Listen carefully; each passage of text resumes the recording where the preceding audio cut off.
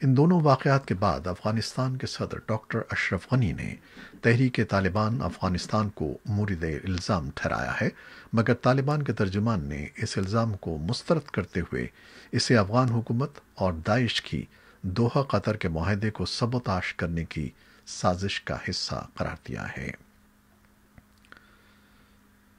پاکستان کی پارلیمنٹ کے ایوان بالا نے مسلسل تیسرے روز کرونا وائرس سے نمٹنے کے حکومتی اقدامات پر بحث جاری رکھی۔ پی ٹی آئی حکومت کے وزراء نے حکومتی اقدامات کا دفاع کیا اور اپوزیشن ارکان کو چیلنج کیا کہ وہ اپنے منصوبے ایوان میں پیش کریں۔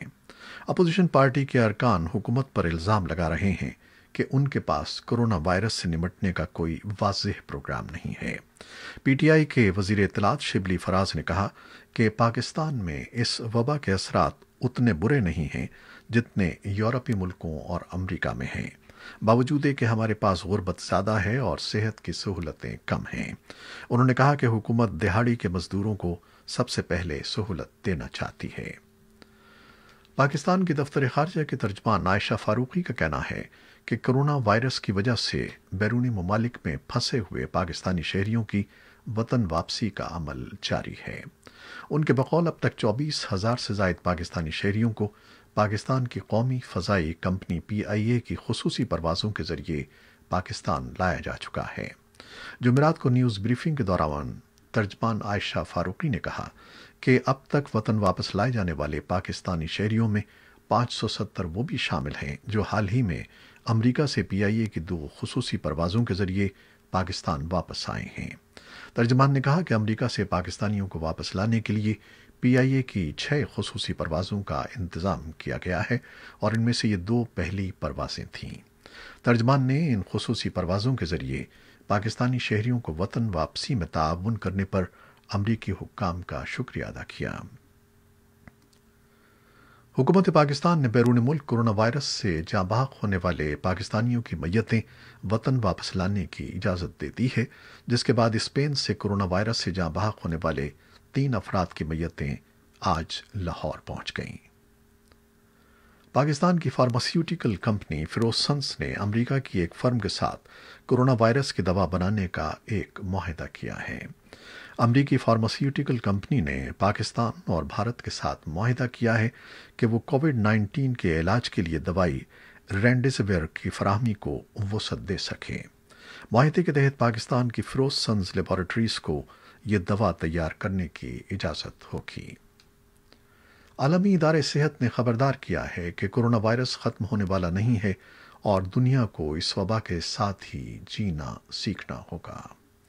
دنیا بھر میں کرونا وائرس سے 3 لاکھ سے زائد افراد ہلاک ہو چکے ہیں اور وبا پر قابو پانے کے لیے کئی ممالک لاک ڈاؤن اور دیگر پابندیوں میں نرمی کی طرف جا رہے ہیں۔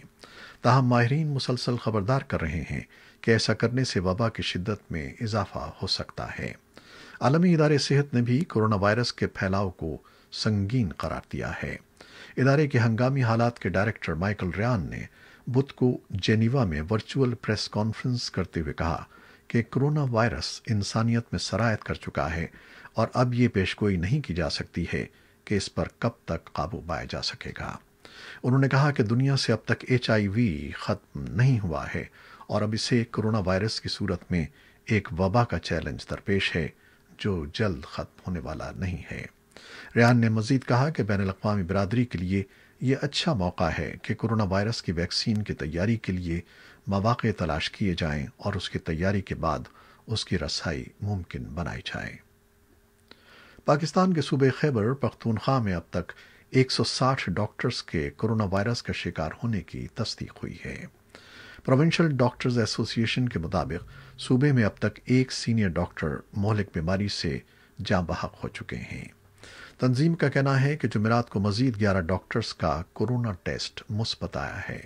متاثرہ ڈاکٹرز میں قبائلی اضلاع کے محکمہ صحت کے ڈائریکٹر ڈاکٹر نیاز آفریدی کے علاوہ خیبر ٹیچنگ ہسپتال پشاور کے ڈاکٹر مصلح الدین اور چارسدہ کے ضلعی ہیڈ کوارٹرز ہسپتال کے ڈاکٹر اصغر بھی شامل ہیں۔ پاکستان کے صوبہ پنجاب کی حکومت نے رمضان کے آخری عشرے میں یوم علی کے جلوس سمیت ہر طرح کے اجتماعات پر پابندی عائد کر دی ہے۔ البتہ SOPs کے تحت امام بارگاہوں میں مجالس منعقد کی جا سکیں گی۔ محکمہ داخلہ پنجاب کے نوٹیفیکیشن کے مطابق رمضان کے آخری عشرے میں مجالس کا دورانیہ 1 گھنٹہ ہوگا، جس میں محدود تعداد میں لوگ شرکت کر سکیں گے۔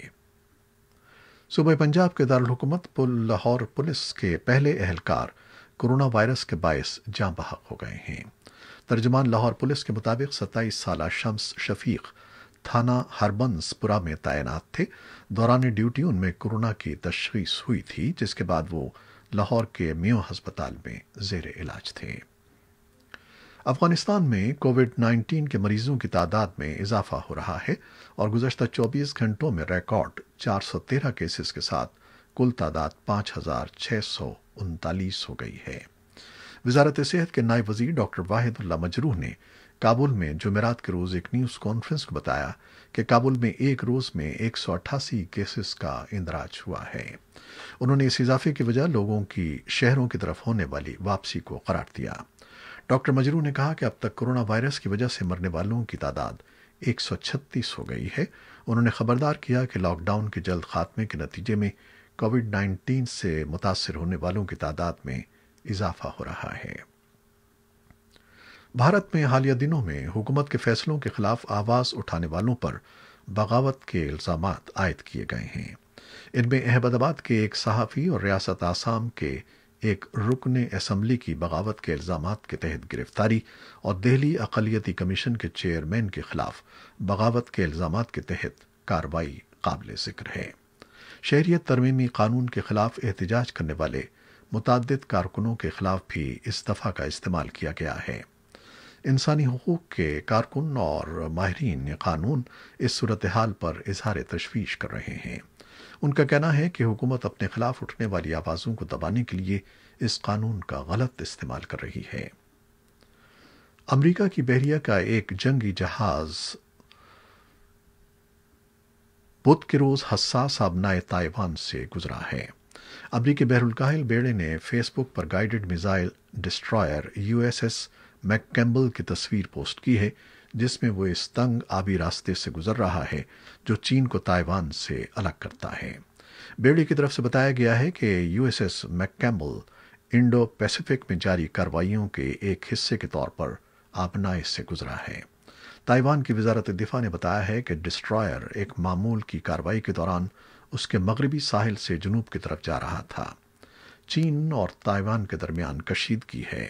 تائیوان ایک خود مختار جزیرہ ہے جسے چین اپنا الگ ہو جانے والا وہ صوبہ قرار دیتا ہے جو اس کے زیر کنٹرول ہے۔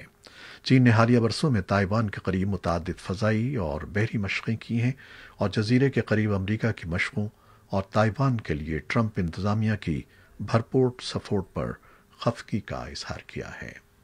یہ تین خبریں جو فیس بک لائیو پر ہم نے آپ کے لیے پیش کی۔ ہماری ویب سائٹ اور یوٹیوب پر یہ بلیٹن پوسٹ کر دیا جاتا ہے، جسے آپ بعد میں دیکھ سکتے ہیں۔ خالد حمید کو اب اجازت دیجیے گا۔ اللہ حافظ۔